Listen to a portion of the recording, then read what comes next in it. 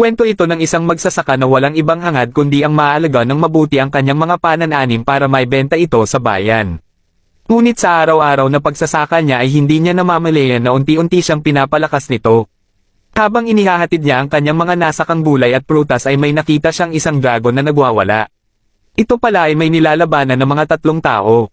Ngunit napakalakas ng dragon na ito para talunin. Dito ay napag-isip-isip ng magsasaka na kunin ang atensyon ng dragon sa pamamagitan ng paghagis nito ng kinakain niyang carrots.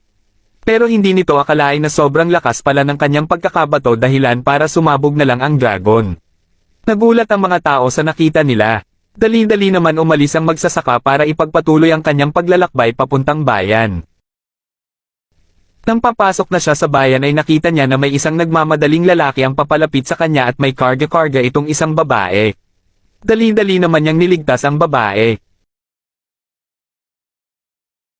Napilitan makipaglaban ang lalaki para makuha ulit ang babae pero hindi ito nagtagumpay. Dali-dali naman umalis ang magsasaka para ihatid ang dala niya. Nang pauwi na ito ay bigla siyang hinarang ng mga kawal na nakabantay sa gate at ito ay sa utos ng babaeng iniligtas niya kanina. Dito ay napagtanto niya na isa palang prinsesa ang kanyang iniligtas. Inalok siya nito para magtrabaho sa palasyo ngunit tumanggi siya dahil isa lamang siyang magsasaka at ito lang din ang gusto niyang gawin. Dahil sa gusto ng prinsesa na magtrabaho siya sa palasyo ay inalok naman siya na magsaka sa napakalawak na lupain malapit sa palasyo. Sa puntong ito ay dumating ang mga taong tinulungan niya kanina para talunin ang dragon at habang nakikipag-usap ang prinsesa sa kanila ay dito na siya nakaroon ng pagkakataon para makaalis. Akala niya ay nakatakas na siya dito. Hindi niya alam na walang plano ang prinsesa na tigilan siya hanggang sa mapapayag siya nito. Isang araw ay nakatanggap ng balita ang hari na may mga halimaw ang papalapit sa kaharian nila. Kaya naman pinayuhan ng hari at ang prinsesa na kaagad na lisanin ang palasyo bago pa man dumating ang mga halimaw. Walang magawa ang hari at ang prinsesa kundi lisanin ang palasyo. Kaagad din itong nalaman ng kaibigan ni Al at sinabihan siya nito. Bigla naman siyang nabahala sa kanyang mga pananim kaya naman ay dali-dali niya itong pinuntahan. Nakahinga ito ng maluwag nang makita niya na okay lang ito. Dito ay may narinig siyang ingay. Ito pala ay ang mga halimaw na patungo sa kaharian. Sa isip niya ay wala siyang magagawa dito dahil isa lamang siyang magsasaka at mayroon namang mga mandirigma ang kaharian para labanan ito. Ngunit ay napagtanto niya na kung may mangyayaring masama sa kaharian ay mawawalan din siya ng mapagbibentahan ng kanyang mga pananim.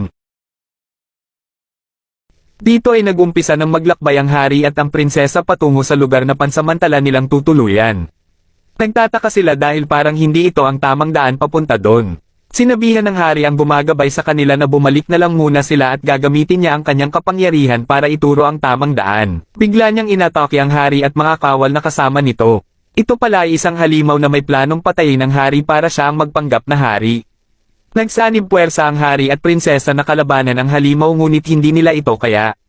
Nang susubukan na ng halimaw na atakihin sila ay bigla namang dumating si Al at nilabanan ang halimaw gamit ang dala-dala niyang asarol. Dito ay nilabas na ng halimaw ang totoo niyang anyo. Nakikita nila na sobrang taas na ng level nito at sa isip ng prinsesa ay imposibling matalo ito ni Al. Ngunit ay kahit gaano pa ito kalakas ay isang suntok lang pala ito kay Al at kaagad itong natalo. Dali-dali namang nagsiyalisa ng iba pang mga halimaw nang makita nilang naglupaypay kaagad ang amo nila sa isang suntok lang. Dahil sa kabayanihan ni Al ay ang hari naman ang nag-alok sa kanya na magsilbi sa kaharian. Kahit anong matataas na posisyon ang gustuhin niya ay ibibigay ito ng hari. Ngunit ay tinanggihan pa rin ito ni Al. Para sa kanya ay gusto niya lang maging isang magsasaka habang buhay. Ngunit ay may naisip na palang paraan ang prinsesa para siya ay mapapayag. Inalok siya nito na bibigyan siya ng napakalawak na lupain para sa kanyang pagsasaka ngunit ito ay may kondisyon. Ito ay ang sumali siya sa guild bilang isang adventurer. Dahil sa ayaw niyang magsilbi sa kaharian ay ito ang naiisip ng prinsesa para makatulong si Al sa pagprotekta sa kaharian. Tinanggap naman ito ni Al bilang pasasalamat sa lupang makukuha niya. Dito ay sinamahan siya ng prinsesa sa guild para opisyal na magparehistro dito. Hindi niya akalain na sikat na pala siya dito dahil sa kanyang nagawa kasama na rin ang ginawa niya sa dragon. Instant celebrity siya tuloy dito. Nakilala din niya dito ang 3 adventurer na tinutungan niyang talunin ang dragon na sina Jake, Lamia at Luke. Dito ay ipinaliwanag sa kanya ng magandang dilag na si Helen ang lahat na dapat niyang malaman sa isang guild at bilang isang adventurer. Bilang isang baguhan na adventurer pa lamang ay binigyan muna siya ng madaling trabaho. Ito ay ang paghahanap lang ng isang uri ng damo. Binigyan din siya nito ng isang balabal na makakatulong para maprotektahan ang kanyang sarili sa oras na may makaharap siyang halimaw sa daan. Kagad siyang nag-umpisa sa paghahanap at nang makukumpleto na niya ito ay may nakita siyang parang kaliskis. Hindi niya alam kung saang halimaw galing ito dahil wala ito sa listahan ng mga halimaw na posible niyang makaharap sa lugar na ito.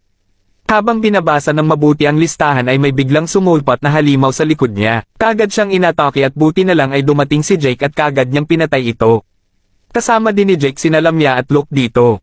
Nakaramdam sila ng napakalakas na aura at kasabay ng mga lindol na parang may higanteng naglalakad papalapit sa kanila. Bumungad sa kanila ang napakalaking dragon.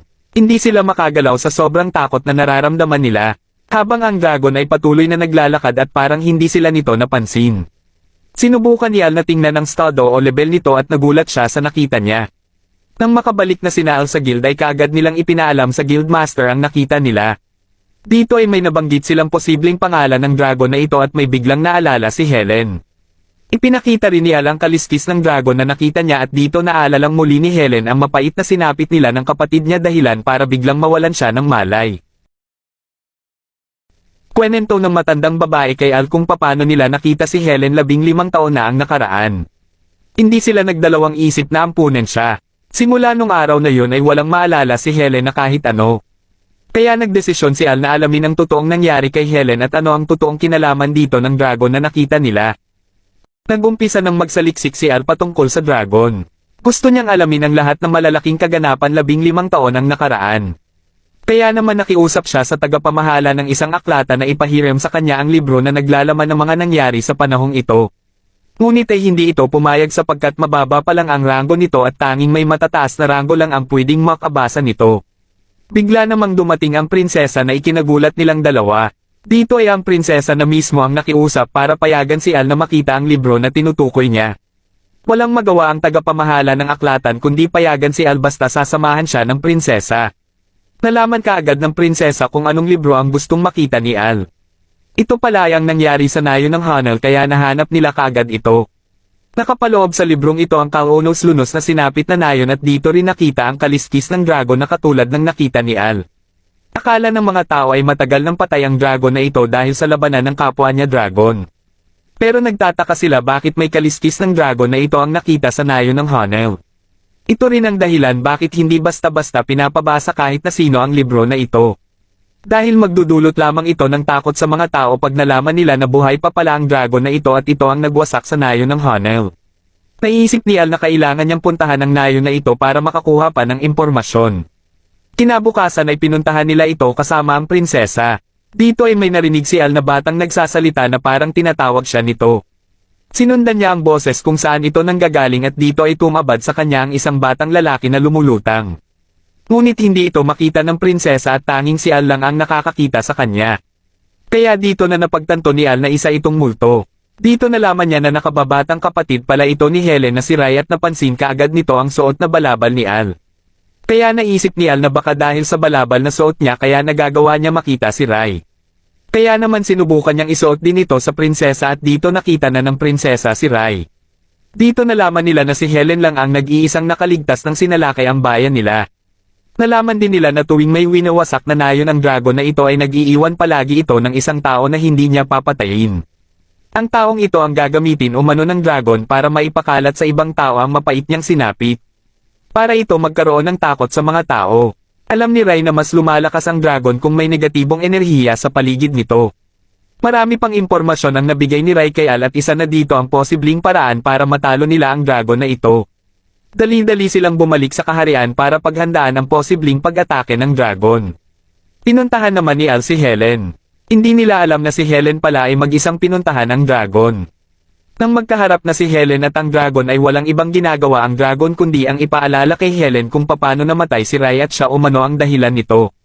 Hanggang sa panghinaan ng loob si Helen at mag-isip na magpatiwakal na lang. Bago pa ito gawin ni Helen ay biglang dumating si Al at pinigilan niya ito. Biglang inatake ng dragon si Al ngunit sa tulong ng balabal na suot niya ay nakaligtas ito. Ginantihan naman ito ni Al ng suntok ngunit ay napakalakas talaga nito. Nagpatuloy ang kanilang labanan. Walang gustong magpatalo sa kanilang dalawa. Biglang hinela ni Al si Helen at tumakbo